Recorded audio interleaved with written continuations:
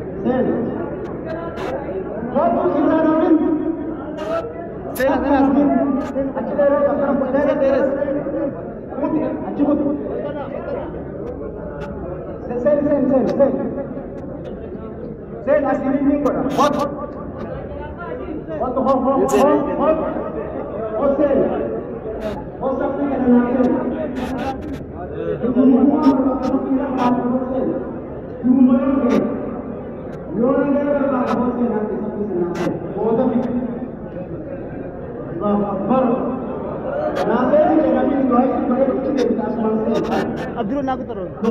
Taruh.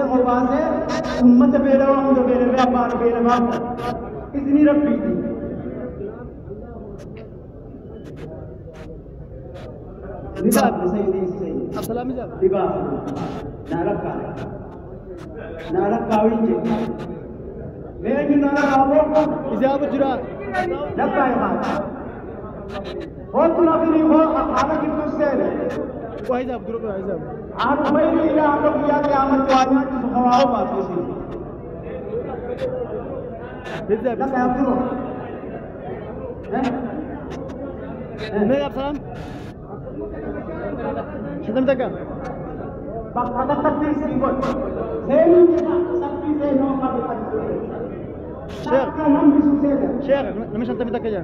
Nama Shanta Mitaka. Nama Abdullah Aiga. Saya Ibrahim Mitaka. Akan tanah Gaza apa ini? Cuma pun tak katakan sini nama berbeda. Yang kita dalam debat.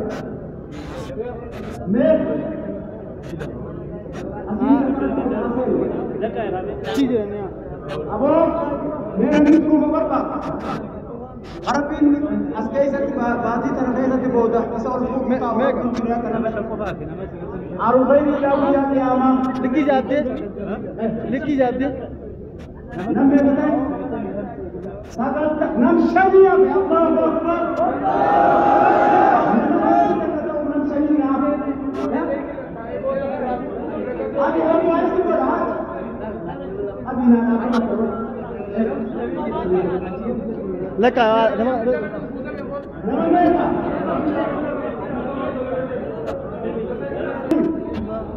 Kami.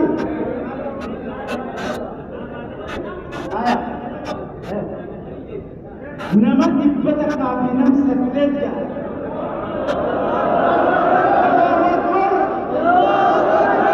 Allahu Akbar. Umatnya akan apa tuju?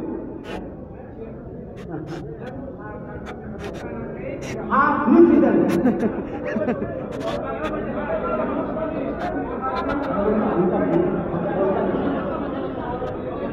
Apa nama dapat tak? Ahmad Wahid sini kau nak kaya apa? Nama magaalaa harkaisaa qabnu jechuudha.